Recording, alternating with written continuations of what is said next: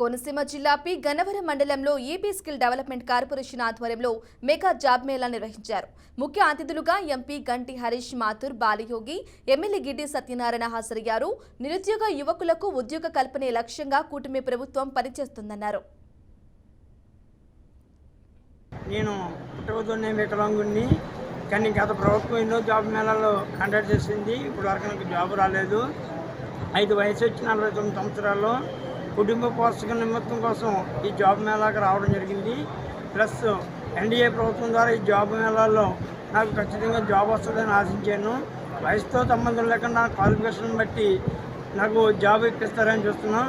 అలాగే ఈ యొక్క జాబ్ మేళాలను మెగా చేసినందుకు గిడ్డి సత్యనారాయణ గారు ఎమ్మెల్యే గారికి, అలాగే ఎన్డీఏ ప్రభుత్వం అధికారులకి, ప్లస్ స్థానిక సంస్థ ప్రతినిధులకి అందరికీ నా హృదయపూర్వక నమస్కారాలు.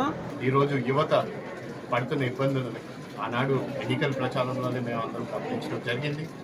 ఆ ఉద్దేశం అది ఎలాగైనా పరిష్కారం చూపించాలనే ఒక ఆలోచన మేరకు ఈరోజు ఈ మెగా జాబ్ మేళా ఏర్పాటు చేయడం జరిగింది. సుమారు 500 పైన జాబ్ వేకెన్సీస్ కూడా ఉన్నాయి. అన్నీ కూడా చుట్టుపక్కల మన బిఆర్ అంబేద్కర్ కోనసీమ జిల్లా ప్రాంతంలోనే, ఏమైనా 2-3 కొంచెం దూర ప్రాంతాల్లో ఉండొచ్చు. కానీ వాటికి కూడా వారికి అకామిడేషన్, అలాగే దాంతోపాటు ట్రాన్స్పోర్టేషన్, ఫుడ్ ఇవన్నీ కూడా కల్పించడం జరుగుతుంది.